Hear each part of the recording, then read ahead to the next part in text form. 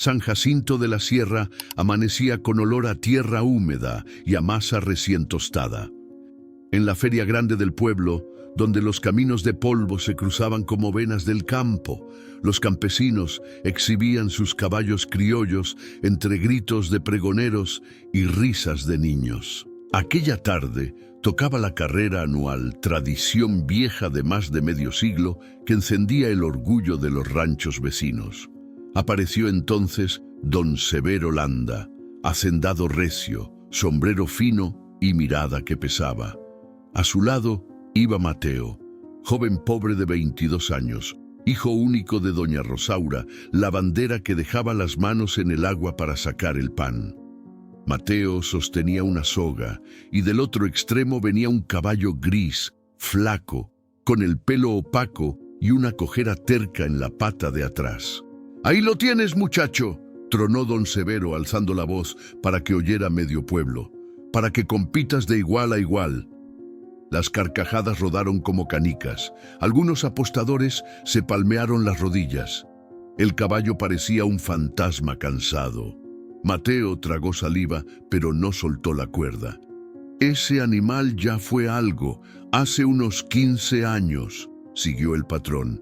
«Ahora está como tu suerte, viejo y acabado». Las palabras cortaron hondo.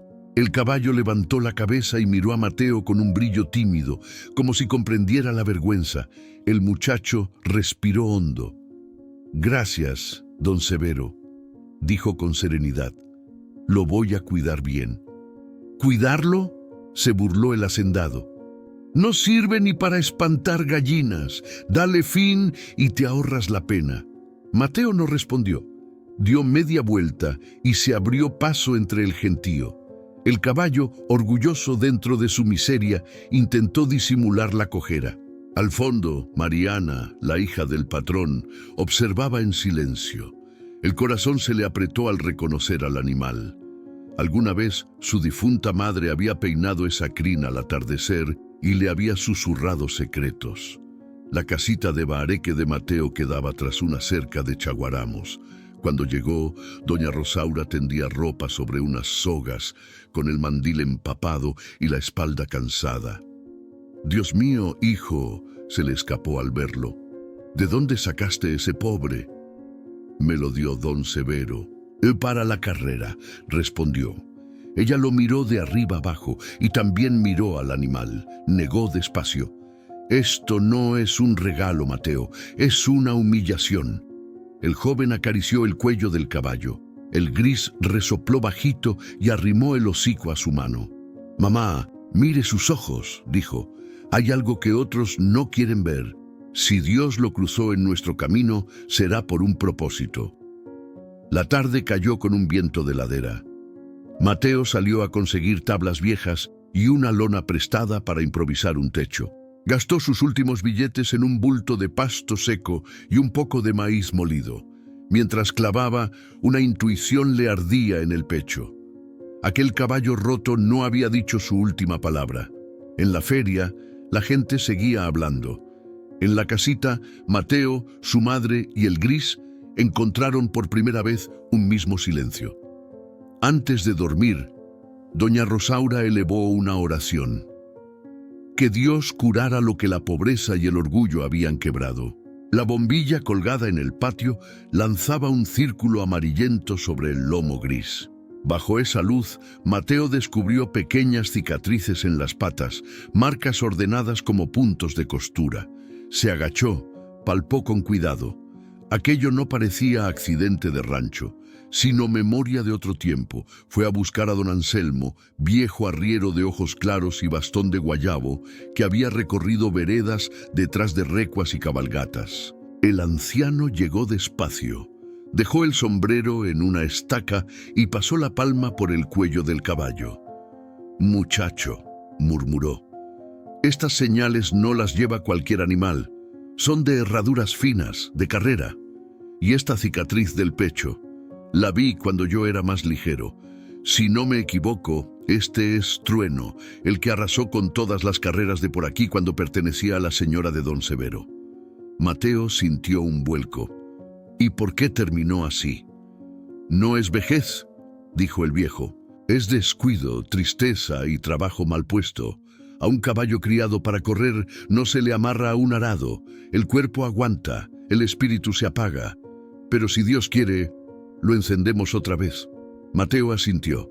Preparó agua tibia, limpió los cascos, acomodó el techo improvisado para que no le entrara el sereno.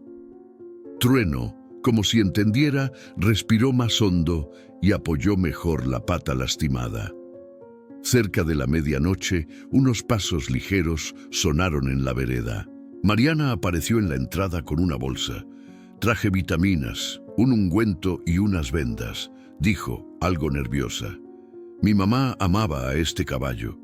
Le prometí cuidarlo y me faltó valor». Dejó los frascos sobre una caja. Mateo no supo qué decir. Don Anselmo carraspeó. «Las promesas que se cumplen tarde siguen siendo promesas», sentenció. «Vamos a curarlo». Entre los tres prepararon una mezcla de hojas trituradas y barro fresco. Don Anselmo enseñó la presión de los dedos, los círculos lentos, el tiempo justo de cada compresa. «Cada 2 horas repites esto», indicó al muchacho. «Y no te olvides de hablarle. Un caballo entiende el tono antes que la palabra». Mateo obedeció. Entre una aplicación y otra, contó en voz baja la vida que llevaba, los encargos en la plaza, la renta atrasada, el deseo de que su madre dejara el lavadero. Trueno acercaba el hocico al escuchar su nombre, como buscando el aliento de quien no lo despreciaba. La madrugada trajo silencio de cumbres. Mariana se quedó un rato, observando cómo el gris relajaba el cuello. Antes de irse, tocó la frente del caballo. «Perdóname por no estar», susurró. «Voy a ayudarte, lo juro». Cuando el primer gallo cantó, la pata hinchada estaba menos caliente. Don Anselmo sonrió con comedimiento. «Algo se está moviendo por dentro. La fe no cura tendones, pero endereza la mano que cura». Mateo miró el cielo que clareaba. En ese vacío azul sintió que la esperanza tenía piso. Trueno, con los ojos más vivos, masticó despacio, como si también dijera que quería quedarse. Antes de dormir, dejó un cuenco de agua, apoyó la frente en el lomo tibio y pidió a Dios fuerza para el siguiente día y sabiduría para curar sin causar daño para los dos allí. El día siguiente amaneció con bruma sobre los potreros. Mateo madrugó para cambiar las compresas, limpiar los cascos y dar a Trueno un puñado de maíz. El caballo masticó con apetito nuevo. La hinchazón había bajado y la mirada parecía más despierta. Doña Rosaura preparó café de olla y tortillas y se quedó mirando en silencio. «Hijo», dijo al fin, «toda la gente va a estar en la feria. Si esto sale mal, se van a burlar». «Que se burlen», respondió él con suavidad. «Nosotros trabajamos derecho. Dios ve». Durante la mañana, Mateo se fue a la plaza a cargar sacos y a descargar camionetas. Necesitaba completar la inscripción.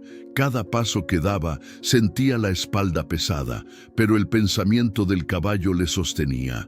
En los portales ya corrían apuestas. Algunos hablaban de abandono, otros aseguraban que no saldrían ni de la largada.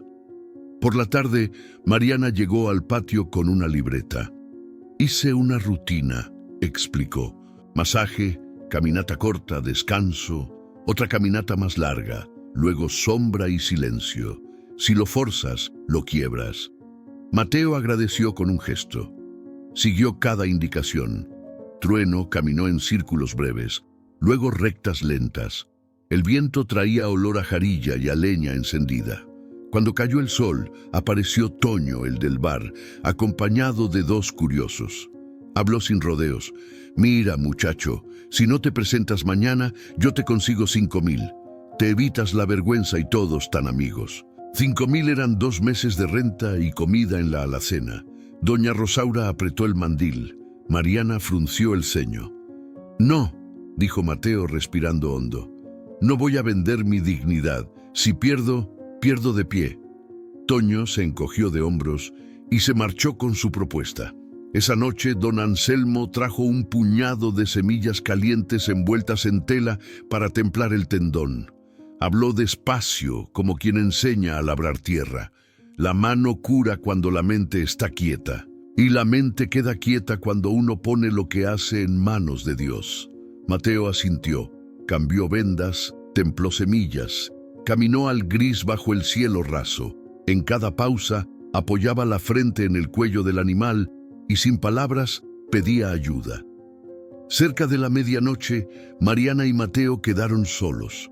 Escuchaban el chirriar de los grillos y un perro lejano. Ella miró al muchacho y en voz baja dijo: «Si mañana Trueno no puede, yo igual estaré aquí. Si mañana Trueno vuela también», respondió él, sonriendo apenas. La madrugada los sorprendió de pie. Doña Rosaura puso una cobija sobre los hombros de su hijo y le besó la frente. «La plata se acaba», murmuró. «La dignidad, si se cuida, dura toda la vida. Anda con fe». El cielo empezaba a volverse violeta detrás de los cerros. Trueno resopló como saludando el nuevo día, y Mateo sintió que pase lo que pase, ya no eran los mismos. Antes de cerrar los ojos un instante, dejó todo listo. La cuerda limpia, el bebedero lleno, la montura revisada. Se sentó junto al umbral, mirando cómo el cielo clareaba. Dijo en silencio: «Dios, hazme instrumento de cuidado, no de orgullo». Y por fin descansó. El amanecer llegó ligero, como promesa en semilla. La mañana de la carrera trajo cielo encapotado y viento de ladera. La plaza se llenó de sombreros de palma, blusas bordadas y voces ansiosas. El recorrido estaba marcado con cal en la tierra. Salir de la plaza, subir la loma del peñasco de los rezos, donde la gente acostumbraba a agradecer, rodear los mezquites y bajar al camino junto al río para regresar en recta hasta la meta. Los otros 4 competidores tenían animales brillantes, musculosos, con cascos lustrados. Trueno, aún delgado, relucía distinto en los ojos. Mateo lo peinó con una manita de ixtle, le acomodó la sencilla montura y le habló al oído. «Hoy no estamos solos, vamos por lo justo». Entre la gente, don Severo miraba con sorna. Muy cerca, Mariana enfrentó a su padre. «Ese caballo fue de mamá, lo regalaste para olvidarla, no se olvida tirando». El hacendado apretó la mandíbula sin respuesta. El juez de carrera alzó el pañuelo, los cascos golpearon la tierra antes de tiempo, como si el suelo tuviera prisa. «¡Salida!». Trueno salió limpio, sin rezagos. Mantuvo el 4º lugar y por un instante el murmullo se volvió silencio. En la primera curva, Carlos Ramírez tomó la punta con su alazán fogoso. Detrás, 2 tordillos peleaban el segundo puesto. Mateo aflojó las riendas lo justo, dejó que el gris encontrara su paso. La loma del peñasco exigía pulmones y corazón. A medio ascenso, la cojera de Trueno apareció como una sombra vieja. El gris cayó al último sitio. Algunas risas regresaron como moscas. «No te rompas», susurró Mateo. «Si duele, paremos. Nadie te va a exigir más de lo que puedes dar». Entonces, al borde mismo de la cima, como si el aire guardara una memoria, Trueno se detuvo medio segundo, olfateó el viento y enderezó el cuello. Miró el peñasco y resopló hondo. Sin fusta, sin gritos, arrancó otra vez. El tranco cambió. Redondo, seguro, antiguo. El descenso fue una danza. El gris tomó la curva corta, pegado al matorral, y rebasó al 4. En la vereda junto a los mezquites se comió la distancia con un galope parejo. La gente empezó a gritar, primero con sorpresa, luego con una alegría que contagiaba. «¡Miren a Trueno!», saltó un niño. «¡Va volando!». Mateo respiraba acompasado. No empujaba, acompañaba.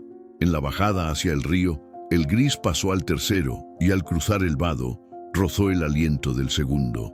El alazán de Carlos seguía al frente, firme, humeante. El camino de regreso tenía piedras sueltas. Cualquier mal apoyo podía ser el fin. Trueno, como si leyera el suelo, puso cada casco donde debía.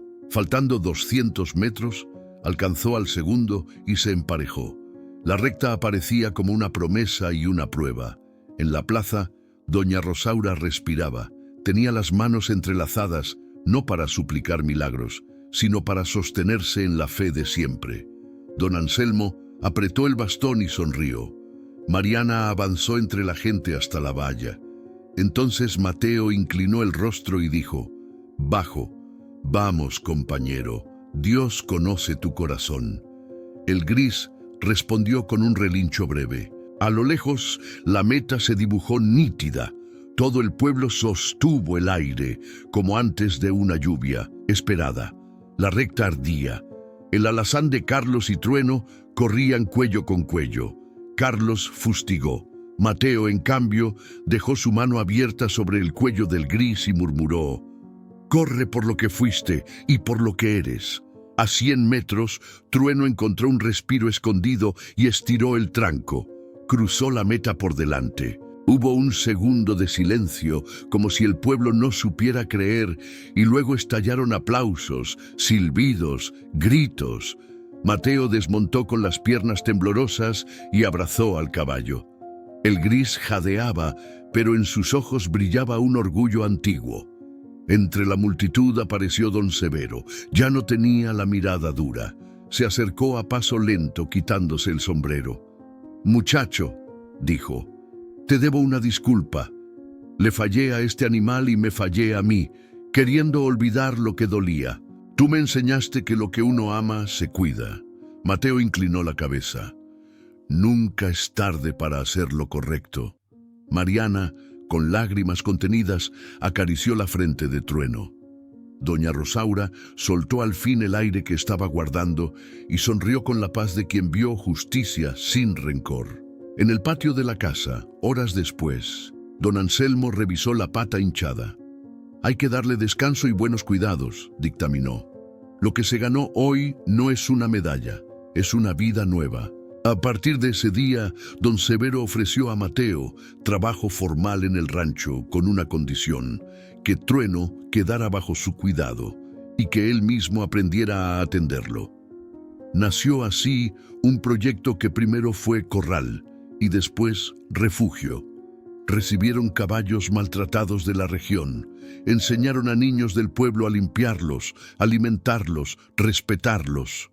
Doña Rosaura dejó el lavadero para administrar el lugar.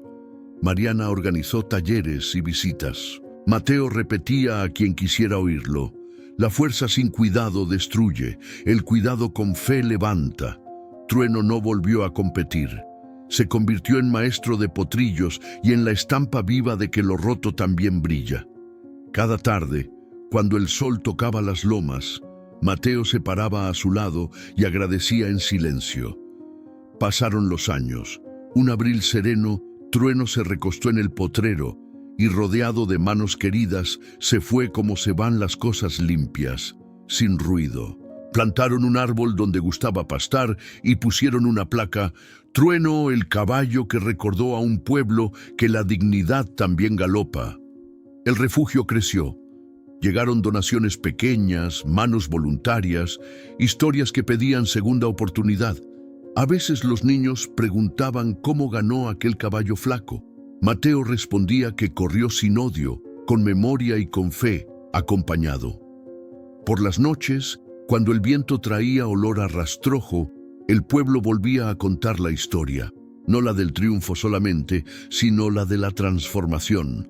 Un patrón que pidió perdón, una hija que cumplió una promesa, una madre que sostuvo con fe, un joven que eligió cuidar, y un caballo que, al recordar quién era, hizo que todos lo recordaran también. Al cerrar cada jornada, Mateo alzaba la vista y decía bajito: «Gracias, Dios, por este oficio de reparar». Entonces el silencio del rancho pareciera asentir, dejando paz en cada corazón humilde.